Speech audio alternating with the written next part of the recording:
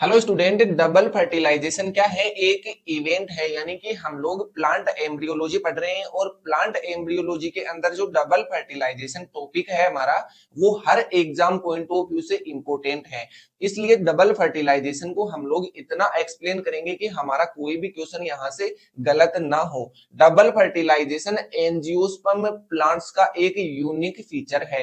Angiosperm plants का मतलब है यहाँ पर कि हम लोग फ्लावरिंग प्लांट्स को एंजियोस्पर्म बोलते हैं और हम लोग एंजियोस्पर्म प्लांट्स की एम्ब्रियोलॉजी के बारे में स्टडी कर रहे हैं। तो जो एंजियोस्पर्म प्लांट होते हैं यानी कि फ्लावरिंग प्लांट होते हैं, उनके अंदर ये एक इवेंट होता है डबल फर्टिलाइजेशन। और डबल फर्टिलाइजेशन के अंदर क्या होता है, एट द सेम टाइम दो बार फर्टिलाइजेशन होता है, दो फर्टिलाइजेशन इवेंट होते हैं। और जो दोनों फर्टिलाइजेशन इवेंट एक ही टाइम पर होते हैं, इसलिए इनको बोला जाता है इस इवेंट को डबल फर्टिलाइजेशन। और ये जो डबल फर्टिलाइजेशन है, इसकी जो डिस्कवरी है वो की थी एक साइंटिस्ट है एस.जी. नावास्चिन नाम के। उन्होंने 1898 के अंदर डबल फर्टिलाइजेशन की डिस्कवरी की थी।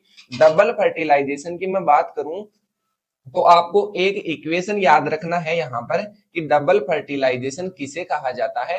डबल फर्टिलाइजेशन का मतलब है कि फर्टिलाइजेशन के दो इवेंट होंगे यहाँ पर। एक जो फर्टिलाइजेशन होता है वो होता है ट्रू फर्टिलाइजेशन, ठीक है। और ट्रू फर्टिलाइजेशन को बोलते हैं सिनगेमी। और सिनगेमी इवेंट यहां पर होगा तो फाइनली जाइगोट का फॉर्मेशन होगा, ठीक है। लेकिन जो सेकंड इवेंट होता है उसको बोलते हैं ट्रिपल फ्यूजन।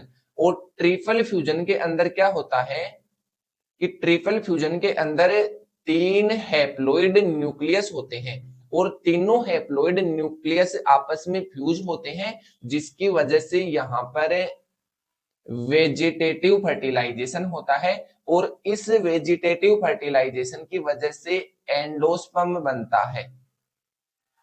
एंडोस्पर्म क्या होता है, मैं आपके लिए यहाँ पर एक डायग्राम लेकर आया हूं कि जो एंजियोस्पर्म प्लांट होता है, मेज जो मक्के का पेड़ होता है, उसके अंदर सीड बनता है। उस सीड को बोलते हैं हम लोग कॉर्न। तो इस कॉर्न सीड के स्ट्रक्चर के अंदर क्या होता है, जैसे ही हम लोग इसको देखेंगे तो जो सेंटर के अंदर होगा वो होगा यहाँ पर एम्ब्रियो, यानी कि इस सीड को हम लोग यहाँ पर इम्प्लांट करेंगे तो ये जो एम्ब्रियो है, ये एम्ब्रियो यहाँ पर ग्रोथ करेगा। लेकिन ये एम्ब्रियो ग्रोथ करेगा तो जो ग्रोइंग एम्ब्रियो होगा उसको जो न्यूट्रिशन है वो कहाँ से प्रोवाइड होगा। तो ये जो आपको स्ट्रक्चर दिखाई दे रही है एम्ब्रियो के सराउंडिंग के अंदर, ये होता है स्टार्च। स्टार्च फॉर्म के अंदर जो ग्लूकोज होता है वो होता है। और यहाँ पर ये स्टार्च इस डेवलपिंग एम्ब्रियो को न्यूट्रिशन प्रोवाइड करवाता है, ये ब्रेक डाउन होता है। एंड देन ये डेवलपिंग जो एम्ब्रियो होगा उसके लिए न्यूट्रिशन प्रोवाइड करवाएगा, तो इसको बोलते हैं एंडोस्पर्म। अब हम लोग देखेंगे कि ये जो एक्चुअल इवेंट होता है वो कहां पर होता है और किस तरीके से ये होगा। कि ये है एक फ्लावर की स्ट्रक्चर, और फ्लावर के स्ट्रक्चर के अंदर हम लोगों ने देखा ये है एंथर। एंथर के अंदर क्या बनते हैं, पोलन ग्रेन्स बनते हैं। और एक साइड के अंदर बात करें इस ओवेरी की, तो ओवेरी के अंदर मेगा स्पोर बनता है, यानी कि एग सेल बनती है। और इस प्रोसेस को कहा था हम लोगों ने मेगा स्पोरोजेनेसिस। और मेगा स्पोरोजेनेसिस इस तरह पे डेवलप हो रहा है और पोलन ग्रेन्स का डेवलपमेंट यहाँ पर एंथर्स के अंदर हो रहा है। जैसे ही ये पोलन ग्रेन्स मैच्योर होंगे देन यहाँ पर होगा पोलिनेशन। और पोलिनेशन किसी भी इंसेक्ट द्वारा होगा या फिर यहाँ पर एयर के द्वारा होगा। तो जैसे ही ये पोलन ग्रेन स्टिग्मा के ऊपर आकर लैंड करेंगे देन यहाँ पर पोलन जर्मिनेट होंगे एंड देन पोलन ट्यूब का फॉर्मेशन होगा। ये पोलन ट्यूब यहाँ पर एम्ब्रियो सेक तक पहुंचेगी। और एम्ब्रियो सेक तक पहुंचने के बाद में क्या होता है कि ये पोलन ग्रेन के न्यूक्लियस को ट्रांसफर कर देता है एग सेल के अंदर। ये यहाँ पर मैच्योर एम्ब्रियो सेक की स्ट्रक्चर है। हम लोगों ने देखा ये है माइक्रोपाइल वाला साइड। माइक्रोपाइल वाली साइड से यहाँ पर पोलन ट्यूब जनरली एंटर करती है एम्ब्रियो सेक के अंदर। एंड यहाँ पर क्या होती है, थ्री सेल्स होती हैं। थ्री सेल्स के अंदर से यहाँ पर जो सेंटर वाली सेल होगी उसको बोलते हैं एग सेल। एंड दो साइड वाली सेल्स होती हैं दो, उनको बोलते हैं सिनर्जिड सेल्स। ये सिनर्जिड सेल्स तो क्या करती हैं, हेल्पर सेल्स होती हैं, पोलन ट्यूब की हेल्प करती हैं फर्टिलाइजेशन इवेंट के अंदर। और ये जो एग सेल होती है एक्चुअली इसके साथ में फर्टिलाइजेशन वाला इवेंट होता है, जो पोलन ग्रेन का न्यूक्लियस है वो यहाँ पर इसके साथ में ट्रांसफर कर दिया जाता है। तो इसको बोलते हैं ट्रू फर्टिलाइजेशन। और ट्रू फर्टिलाइजेशन की वजह से रिजल्ट क्या होता है कि जाइगोट बनता है। लेकिन इसी टाइम पर एक और फर्टिलाइजेशन होता है, एक और पोलन ग्रेन यहाँ पर ग्रो करता है। और वो क्या करता है कि सेम टाइम पर ग्रो करेगा, लेकिन वो फ्यूज कहां होगा, हम लोगों ने बात किया कि यहाँ पर सेंटर के अंदर जो मेच्योर एम्ब्रियो सेक है उसके सेंटर के अंदर दो हेप्लोइड न्यूक्लियस होते हैं, जिनको हम लोगों ने कहा था पोलर न्यूक्लियस। ठीक है, और पोलर न्यूक्लियस के साइड के अंदर यहाँ पर चेलेजा वाले एंड पर तीन सेल्स होती है, उनको बोला था हम लोगों ने एंटीपोडल सेल्स। और ये जो एंटीपोडल सेल्स हैं ये डिग्रेड हो जाती है आफ्टर फर्टिलाइजेशन। तो ये जो सेकंड वाला जो फर्टिलाइजेशन इवेंट होगा वो होगा इन दो न्यूक्लियस है पोलर न्यूक्लियस, इनके साथ में। तो कैसे होगा कि एक और पोलन ग्रेन यहाँ पर जर्मिनेट करता है साथ में, और उसका जो न्यूक्लियस होता है वो इस सेंटर वाली सेल के साथ में फ्यूज हो जाता है। जो सेंटर वाली सेल कौन सी, जिसके पास में दो पोलर न्यूक्लियस है, यानी कि दो पोलर न्यूक्लियस हैप्लॉइड है वो तो उसके पास में पहले से है, और एक और न्यूक्लियस जो पोलन ग्रेन का है वो इस सेल के साथ में फ्यूज हो जाएगा, जिसकी वजह से यहाँ पर तीन हैप्लॉइड न्यूक्लियस का फ्यूजन होता है। और इसी इवेंट को बोलते हैं ट्रिपल फ्यूजन या फिर वेजिटेटिव फर्टिलाइजेशन।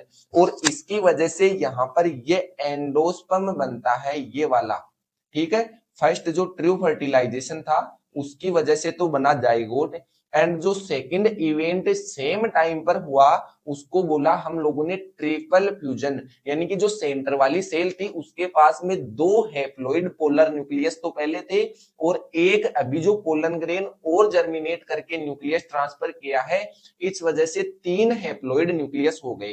तो वो क्या हुआ, वो ट्रिप्लॉइड हो गई और उसकी वजह से बना हैप्लॉइड। जो ट्रिपल फ्यूजन है उसकी वजह से बना एंडोस्पर्म। और एंडोस्पर्म क्या करता है कि जो डेवलपिंग एम्ब्रियो होगा, जैसे ही ये सीड ग्रो करना स्टार्ट होगा, तो ये स्टार्टिंग में तो फोटोसिंथेसिस स्टार्ट करेगा नहीं ना, तो डेवलपिंग एम्ब्रियो को यहाँ पर न्यूट्रिशन कौन प्रोवाइड करवाता है, ये एंडोस्पर्म करवाता है। इसके अंदर स्टार्च जमा होता है और ये स्टार्च ब्रेक डाउन होकर उसको न्यूट्रिशन प्रोवाइड करवाता है। अगर इसी चीज को हम लोग थियरी के अंदर लिखेंगे तो किस तरीके से लिखेंगे, स्टेप 1 के अंदर क्या हुआ, यहाँ पर ट्रू फर्टिलाइजेशन हुआ, ये है एग सेल, और माइक्रोपाइल वाली साइड से पोलन ट्यूब एंटर करती है, और जो फर्स्ट पोलन ग्रेन जर्मिनेट किया उसके न्यूक्लियस को इस एग सेल के अंदर ट्रांसफर कर देती है, जिसकी वजह से बना यहाँ पर जाइगोट जो डिप्लॉइड होगा, यानी कि एक हैप्लॉइड न्यूक्लियस तो एग सेल का और एक हैप्लॉइड न्यूक्लियस पोलन ग्रेन का। तो यहाँ पर जो जाइगोट बनेगा वो बनेगा डिप्लॉइड और वो फ्यूचर के अंदर बनेगा एम्ब्रियो। ये हुआ हमारा स्टेप फर्स्ट। स्टेप सेकंड की अगर मैं बात करूं तो यहाँ पर होगा ट्रिपल फ्यूजन, यानी कि ये जो सेंटर वाली सेल है इसके पास में दो हैप्लॉइड न्यूक्लियस है, और अभी अभी एक और पोलन ग्रेन जर्मिनेट करेगा, जिसकी वजह से यहाँ पर उसका न्यूक्लियस हो जाएगा एक, और दो ये पोलर न्यूक्लियस, यानी कि यहाँ पर तीन न्यूक्लियस का फ्यूजन होगा, जिसकी वजह से इसको कहा गया है ट्रिपल फ्यूजन। और ये क्या करता है, फ्यूचर के अंदर एंडोस्पर्म का फॉर्मेशन करता है, इसलिए इसको कहा जाता है वेजिटेटिव फर्टिलाइजेशन। ठीक है। तो ये दो फर्टिलाइजेशन इवेंट सेम टाइम पर एक ही फ्रूट के अंदर, एक ही एम्ब्रियो सेक के अंदर होते हैं, इसलिए इनको कहा जाता है double fertilization event. And then इसको आप लोग इक्वेशन के अंदर याद रखने के लिए लिखें तो हम लोग ऐसे लिख सकते हैं कि double fertilization equal to syngamy plus triple fusion. Syngamy किसे कहा जाता है? सिनगेमी कहा जाता है कि जो मेल गेमेट होते हैं प्लस फीमेल गेमेट होते हैं वो एक साथ मीट करते हैं, यानी कि फर्टिलाइजेशन इवेंट होता है, ट्रू फर्टिलाइजेशन इवेंट, उसे कहा जाता है सिनगेमी। तो ये चीजें आपको याद रखनी है, इससे आपके छोटे क्वेश्चन भी सोल्व हो जाएंगे एंड जो लार्ज थ्योरेटिकल क्वेश्चन है वो भी सोल्व हो जाएंगे। तो चलिए मिलते हैं नेक्स्ट लेक्चर के अंदर, तब तक के लिए धन्यवाद, थैंक यू सो मच।